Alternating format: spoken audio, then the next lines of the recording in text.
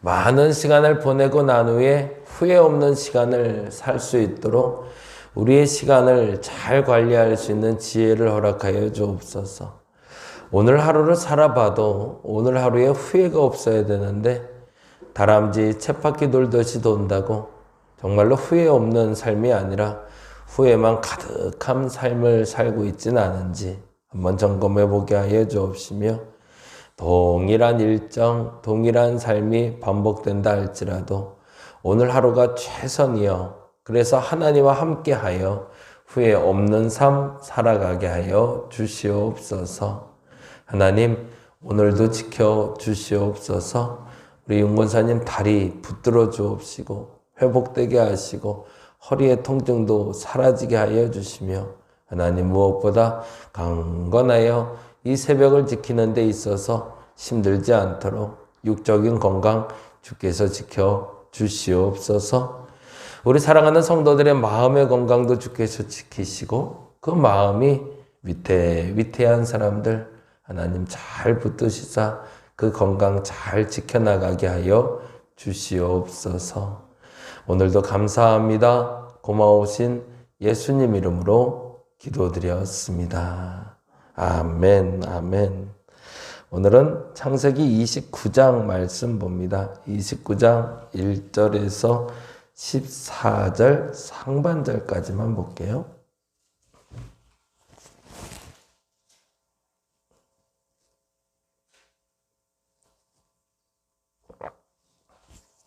창세기 29장 1절에서 14절 상반절까지 같이 한 목소리로 읽겠습니다.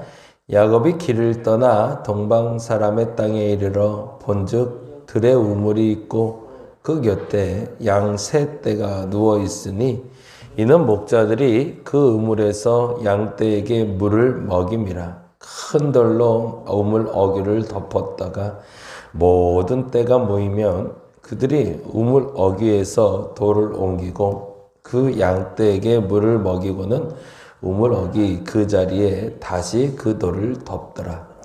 야곱이 그들에게 이르되 내 형제여 어디서 왔느냐? 그들이 이르되 하란에서 왔노라. 야곱이 그들에게 이르되 너희가 나홀의 손자 라반을 아느냐? 그들이 이르되 아노라. 야곱이 그들에게 이르되 그가 평안하냐? 이르되 평안하니라. 그의 딸 라헬이 지금 양을 몰고 오느니라. 야곱이 이르되 해가 아직 높은즉 가축 모일 때가 아니니 양에게 물을 먹이고 가서 풀을 뜯게 하라. 그들이 이르되 우리가 그리하지 못하겠노라. 때가 다 모이고 목자들이 우물 어귀에서 돌을 옮겨야 우리가 양에게 물을 먹이느니라. 야곱이 그들과 말하는 동안에 라헬이 그의 아버지의 양과 함께 오니 그가 그의 양들을 치고 있었기 때문이더라. 야곱이 그의 외삼촌 라반의 딸 라헬과 그의 외삼촌의 양을 보고 나아가 우물 아귀에서 돌을 옮기고 외삼촌 라반의 양떼에게 물을 먹이고 그가 라헬에게 입을 맞추고 소리내어 울며 그에게 자기가 그의 아버지의 생질이요 리브가의 아들 됨을 말하였더니 라헬이 달려가서 그 아버지에게 알림해 라반이 그의 생질 야곱의 소식을 듣고 달려와서 그를 영접하여 안고 입맞추며 자기 집으로 인도하여 드리니 야곱이 자기의 모든 일을 라반에게 말하매 라반이 이르되 너는 참으로 내 혈육이로다 하였더라. 아멘, 아멘. 여기까지 볼게요. 29장 1절에서 14절은 두 가지의 주제를 우리에게 알려주고 있는데요. 첫째는 약속된 사람이 만나는 시점에 대해서 이야기하고 있어요. 그 부분만 먼저 살펴보자면 야곱이 길을 떠납니다. 근데 야곱이 목적지가 흔들리질 않죠. 사실은 아브라함 때 데라의 사건도 있었고, 그리고 우리가 잘 아는 대로 그 사건을 통해서 하란에 머물며 더 이상 전진하지 못하고 가나안까지 가지 못한 데라를 우리가 알고 있어요. 누군가가 계획을 하고 시행을 하는 데 있어서 그 목적지가 분명할 때 그 목적지의 끝까지 이르게 되는데, 가다가 더 나은 것을 보거나 혹은 이 정도에도 만족할 수 있다 싶으면 우리는 멈추는 경우가 너무 많죠. 그래서 그런 것들이 오히려 우리에게 더 큰 일을 가져다 주기보다는 한계를 만나게 하는 거죠. 야곱에게 있어서는 베델의 사건이 그러했습니다. 사실은 베델은 하나님을 만난 장소였거든요. 그리고 아무도 물론 없기는 했지만 그곳에서 하나님의 꿈을 꾸을 수도 있었고 또 다른 계획을 할 수도 있었죠. 근데 이제 하나님을 만나고 나서 목표가 더 분명해집니다. 그래서 야곱은 어머니의 약속에 따라서 그의 외삼촌을 만나는 길로 더 계속 전진하게 되죠. 그 사이사이에 유혹도 있었을 것 같아요. 어차피 길 나왔는데 내가 뭘 하든 누가 무슨 상관이겠어. 그냥 가까운 마을 가서 그냥 좋은 여자 만나 결혼하고 그리고 돌아가도 상관이 없는데, 야곱은 끝까지 그 어머니가 말했던 장소까지 도착하게 되죠. 그러고 나서 드디어 라헬을 만나는 장면, 그리고 라헬에게 11절에 보니 이렇게 돼 있잖아요. 그가 라헬에게 입 맞추고 소리내어 울며. 아마도 이 라헬이란 여인을 만나고 나서 그 감격이 왔던 것 같아요. 이제 도착했구나 라는 거죠. 저와 여러분이 그렇게 여러분의 감정과 여러분의 삶을 내려놓을 수 있는 시간 되기를 간절히 바랍니다. 무엇인가 목적지에 도착했을 때 그 성취감을 같이 누릴 수 있으면 좋겠어요. 지루할 수도 있고요. 반복될 수도 있고요. 변함없을 수도 있고요. 그런데 그 목적지에 이르렀을 때 그 성취감은 이루 말할 수 없을 겁니다. 그래서 라헬에게 입 맞추고 소리내어 울던 야곱처럼 그 감동에 사로잡힐 수 있는 여러분 되었으면 좋겠습니다. 근데 거기까지 가는 게 세상 지루할 수도 있다. 그거 인정하고 그렇게 갔으면 좋겠고요. 신앙생활이라는 것도 마찬가지인 것 같아요. 신앙도 한순간에 뭐가 이렇게 좀 확 오는 뭐 좀 찌릿함 그런 것이 있다면 신앙생활하는 게 더 재밌을 것 같고, 그리고 그렇게 만났던 것들이 나를 앞으로 이끌어 갔던 것도 물론 있습니다. 그 한 걸음 한 걸음이 행복하기도 했고요. 근데요, 시간이 지나면서 그러한 경험이 지속되지는 않더라는 거죠. 그러한 경험은 아주 간헐적으로 오는 거고, 지속적으로 오는 거는 사실은 평범함인데, 더 거꾸로 말하자면 특별하진 않아도 흔들림 없이 오늘 내가 그 신앙을 지키고 있다는 게 참 은혜고 기적인데, 그건 우리가 모르고 뭔가 새로운 변화를 자꾸 요청하는 거죠. 그리고 정작 도달해야 될 목적지를 향해 나가기보다 사이사이에 조금 살짝 비껴가는, 조금 더 아예 솔직하게 얘기하면 우리의 목적지는 예수를 닮아 사는 건데, 예수를 닮아 살고 저 하늘나라의 구원의 백성으로 살아가는 건데, 그 목적지보다 조금 더 괜찮아 보이고 쾌락을 느낄 수 있고 행복해 보이면 거기에 멈추는 경우가 많더라는 거죠. 그러지 않고 라헬에게 입 맞추고 소리내어 울었던 야곱처럼 그 목적지를 향해 끝까지 나간다면 하나님이 반드시 그 목적지에서 진짜 눈물 흘리고 진짜 행복이 뭔지 알게 해 주실 겁니다. 그 얘기는 이제 14절 하반부에 다시 한번 나오게 되죠. 그리고 두 번째로 오늘 본문을 보면서 알아야 될 것이 있는데, 관행에 대한 이야기예요. 7절에 보니 이런 얘기를 하고 있어요. 야곱이 생뚱맞게 이런 얘기를 하네요. 한번 읽어볼까요? 7절. 야곱이 이르되 해가 아직 높은즉 가축 모일 때가 아니니 양에게 물을 먹이고 가서 풀을 뜯게 하라. 야곱이 봤는데 너무 궁금한 게 하나 생겼어요. 뭐 때문에 그랬냐면 이렇게 돼 있었거든요. 2절에서 3절 보겠습니다. 2절, 3절. 보겠습니다.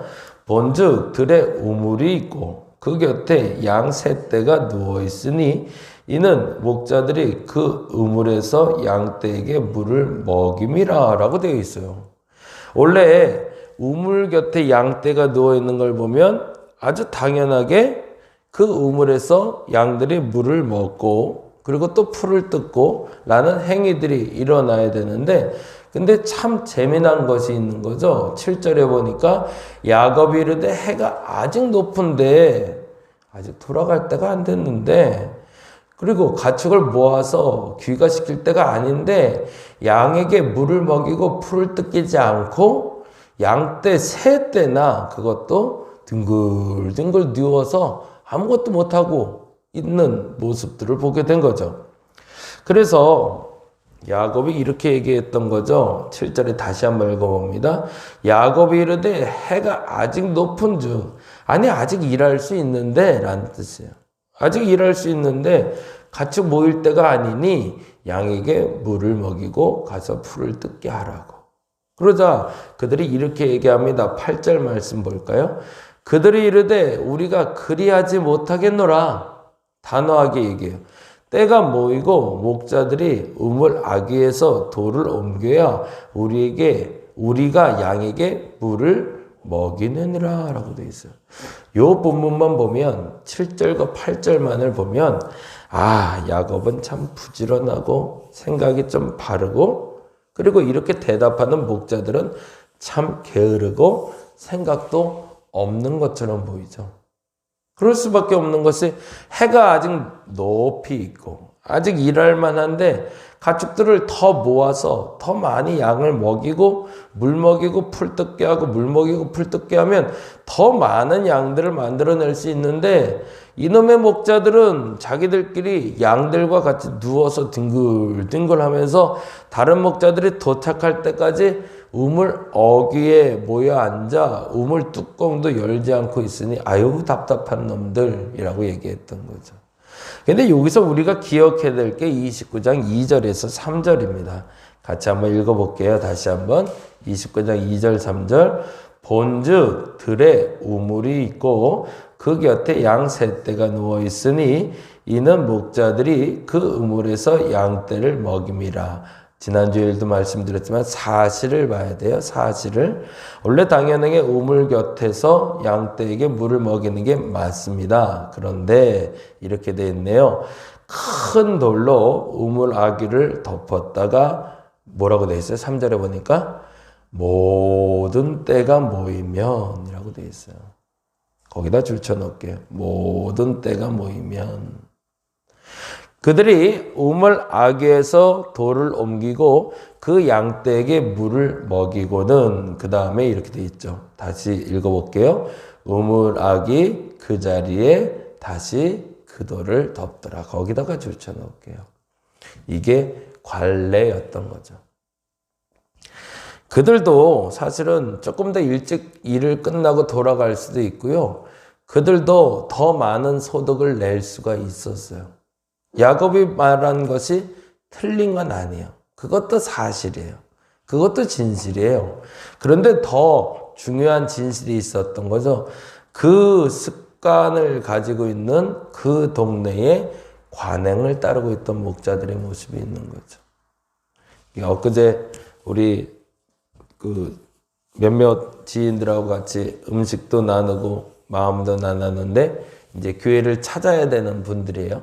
그래서 여기저기 이제 교회를 보고 오셨고, 여기는 찬양이 좋고, 여기는 말씀이 좋고, 여기는 또 어떤 게 좀 부족하고, 요건 어떤 게 좀 안 좋고, 요런 건 좀 바꿔야겠고, 그런 얘기 하시길래 제가 그런 요청 드렸어요. 우리 다림목교회도 생긴 지는 이제 7년 됐지만, 아직은 개척교회잖아요. 그러다 보니까 완성되지 않은 작품이란 말이죠. 그러니까 부족한 부분들도 많이 보이고. 근데 여기서 전제가 되는 게 있죠. 새로 들어오는 식구는 새로운 것을 보이기도 하고 그리고 잘못된 것이 보이기도 합니다.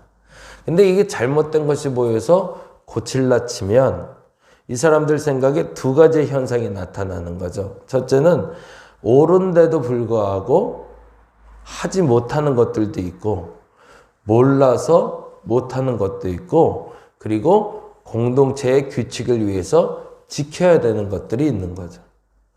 이게 교회 내에서 일어나는 모든 일들 중에 어떤 것들은 옳은데도 못하는 것들, 그건 잘못한 거죠. 그것은 바꿔야 되는 관행이고. 근데 옳은데 몰라서 못하는 것들이 있어요. 그런 것들은 알려줘서 하게끔 해야겠죠. 근데 마지막에 정말 중요한 것이 있어요.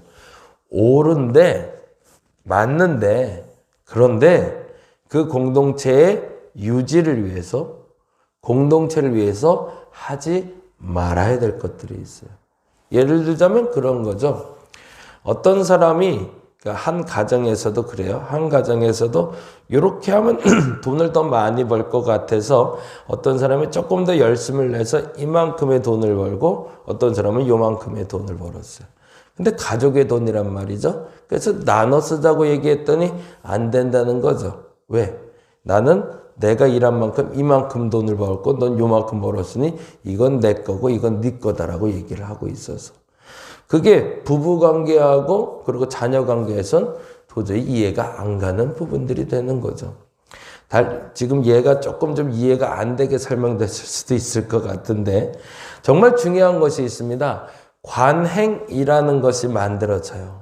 근데 그 관행은요, 옳은 것에 대해서 몰라서 못하는 것도 있고 옳은 것인 걸 몰라서 못하는 것일 수도 있고 또 하는 건 이 공동체를 지키기 위해서 안 하는 것들도 있더라는 걸 알아야 된다는 겁니다. 오늘 야곱이 볼 때는 이 목자들이 참 게을러 보일 수도 있지만 사실은 이 목자들의 행동은 게으름도 물론 있었겠지만 더 중요한 건 그들의 공동체의 규칙을 지키기 위해서 우물 위에 있는 큰 돌을 옮기지 않았다는 거죠. 왜? 나 혼자 마음껏 내 양만 물을 많이 먹이고 그 다음에 돌아가고 이렇게 하지 않고 규칙적으로 모든 양들이 균등하게 물을 먹게 만들어 주고 균등하게 같이 풀을 뜯고 그래서 공동체의 건강한 질서를 유지하기 위해서라는 겁니다. 이 부분은 내일 다시 한번 조금 더 설명을 할게요. 그래서 다시 한번 묵상을 하는데 공동체가 건강하기 위해서 필요한 것이 무엇인지를 묵상할 수 있기를 간절히 바랍니다. 첫째는 아까 말씀드린 대로 옳은데 안 하는 것이 있다면 틀리는 거죠. 그러니까 그건 바꿔야 돼요. 근데 옳은데 몰라서 못하는 건 알려줘야 됩니다. 그게 발전이죠. 근데 옳은 걸 아는데 공동체를 지키기 위해서 아직은 하지 말아야 될 것이 있습니다. 그러면 그것을 지속하는 것이 옳다는 것도 인정할 수 있는 저와 여러분 되시기를 간절히 바랍니다. 기도하겠습니다. 목사님, 비가 어디 있어요? 진짜. 왜요? 여기가 너무 들어와서 어째서부터 쓰려고. 제가 쓸게요. 오늘 아침에. 네. 아니 여기가 목구가 쏟아져갖고. 제가 어저께 뭐 하다가 좀 쓰러졌나 봐요. 밤에. 비가 하나가 있어야 돼. 알겠습니다. 기도하겠습니다. 하나님. 목사님, 차가 대도 돼요. 15일 날부터 지하 들어가더라. 그쵸? 주차장 될 수. 남았더라. 네, 알겠습니다. 진짜, 네, 그럴게요. 기도하겠습니다. 하나님, 우리에게 주어진 규칙들을 잘 지켜나가야 됩니다. 나 홀로 잘 살겠다고, 나 홀로 뭔가 해보겠다고 움직이는 것이 물론 틀린 것이 아니라 할지라도 공동체의 규칙을 위해선 잠시 기다려 줄 줄도 알아야 합니다. 옳다고 무조건 다 하는 것이 아니라 옳은데 모른다면 알려주는 것이고 옳은데 그것이 공동체의 규칙을 깨버리는 거라면 조금 더 기다려 줄 줄도 알아야 합니다. 그 지혜를 우리에게 허락하여 주시옵소서. 감사합니다. 고마우신 예수님 이름으로 기도드렸습니다. 다 같이 기도하고 돌아가겠습니다.